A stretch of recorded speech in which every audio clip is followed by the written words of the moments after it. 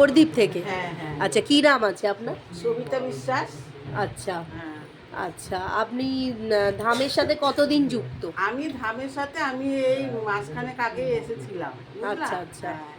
আর আচ্ছা, ওই যে কিছু কি কৃপা অনুভব হ্যাঁ, করেছেন? কৃপা অনুভব করেছি আমি। কি কৃপা? আমার ওই ছেলে ছিল রিহাবে, এবার প্রচুর ওষুধ পড়ছে ছেলের মধ্যে। আর আমি এবার এই আচ্ছা, একটু আস্তে কথা বলুন তো। আমি মাত্র দুবার করেছি 16 সোমবার। হ্যাঁ। আর দিয়ে আমার ওই দেওরের ছেলের বউ হসপিটালে গেছিল, ভর্তি হয়েছে আর কি, বাচ্চাটা নড়ছিল না দেখে।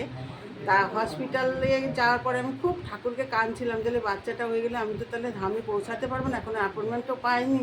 আচ্ছা। তাহলে ভগবান, আমি বুধবারের দিন, এই বুধবারের দিন আর কি, আমি তাহলে কি করব ঠাকুর, তাহলে তো 1 মাস আমার ছেলেকে আরও ওষুধ খেতে হবে বলে খুব কাঁদছিলাম। তারপরে কি হলো বলো তো, শনিবারে না, রবিবারের দিন বউটাকে ছেড়ে দিয়েছে, আর শনিবারের দিন রাত্রিবেলা আমি অ্যাপয়েন্টমেন্ট পেয়ে গেছি, বুঝলা? কদিনের মাথায় অ্যাপয়েন্টমেন্ট পেলে? আমি এই 5টা সোমবার করে এখন 5টা সোমবারও লাগেনি, মানে 4টে সোমবার করেছি, আর শনিবারের দিন অ্যাপয়েন্টমেন্ট পেয়ে গেছি। আর এই যে পরশুদিন মানে হসপিটালে ওকে ভর্তি হতে বলেছে।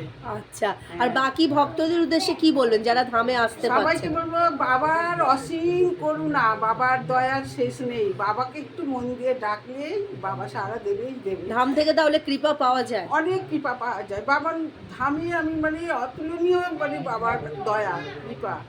হ্যাঁ, মানে আমি এটা বলার জন্য আরও করছি, সর্বত করছি যে না, আমি এত কৃপা পেলাম বাবার, এই অল্প কদিনে বাবাকে পেয়ে আমি খুব শান্তি, জানো। আচ্ছা, জয় শিবধাম। জয় শিবধাম, জয় শিব, জয় গুরু জয় পীরানন্দ। গুরু পীরানন্দ, জয়।